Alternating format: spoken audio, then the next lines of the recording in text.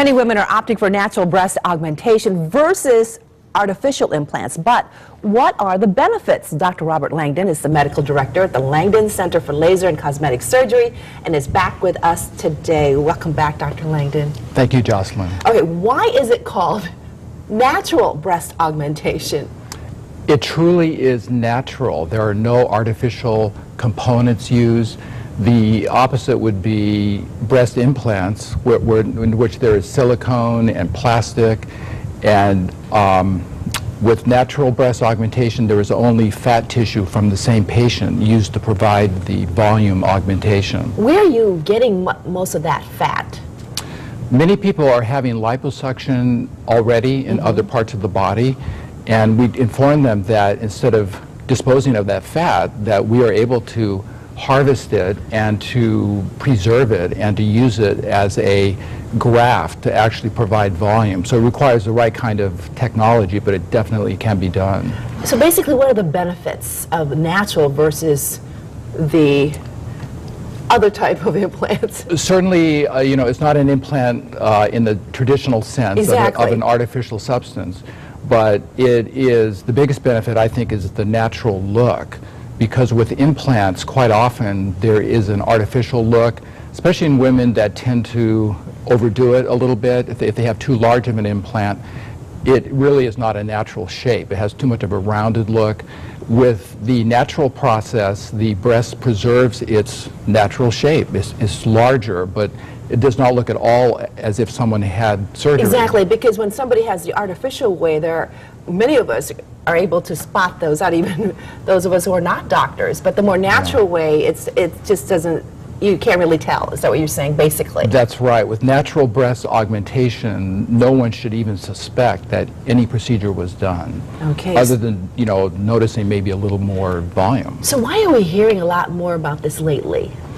Lately, it has become much more of a mainstream concept. We're looking here at a graphic from a web page. This is actually an educational venue in Miami. This is a seminar, a course that I attended about 1.5 years ago. And on this page, there are two very prominent plastic surgeons. One surgeon who is actually on the faculty of this course happens to be the editor of the journal Plastic and Reconstructive Surgery, which is the major plastic surgery journal really in the world.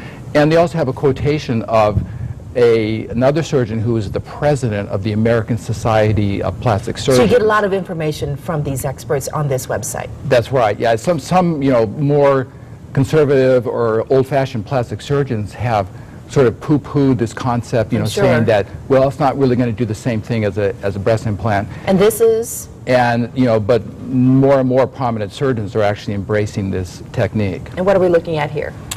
This is another, from that same web page, you know, just showing the more of the actual program, you know, the lecturers, one of whom is the editor of the journal Plastic and Reconstructive Surgery. So, Dr. Langdon, who are the women who are looking for this natural look? Well, it's a bit different than those who are looking for implants. And, you know, people that especially want to avoid artificial ingredients and who want to avoid scarring and who want a natural look. And there are some limitations because the volume you can get, it's a biological process where living fat cells are transplanted essentially from one part of the body to another. And the actual volume there is a limit to that. An implant is different. An implant, you can choose whatever size you want. You mentioned it minimizes scarring? How so?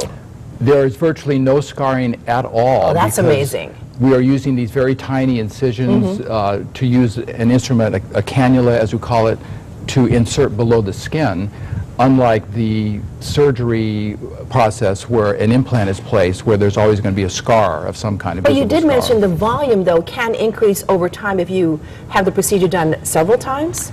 Yes, there's a limit to how much actual augmentation can occur in one session. It turns out that the breast itself, most of the volume naturally in the breast is actually from fat. So in that sense, it's natural in that it is adding, you know, the volume that normally exists in a breast.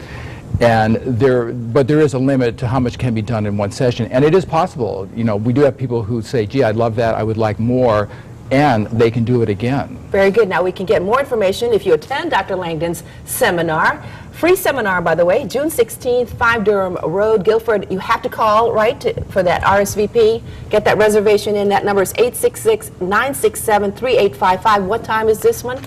This seminar is at 7 p.m. We are focusing on body contouring, of which, you know, breast augmentation is certainly one of those. I wanted to mention also that we have before and after photographs of our actual patients on our website. We can't really show them on TV, but okay, wonderful. People need to check it out. Thanks so much, Dr. Langdon. It's always great to see you. Yeah, thank you, Jocelyn. You're welcome. Up next, Emily Brooks shares recipes from her new cookbook, Connecticut Feast and Farmer, when Connecticut Style returns.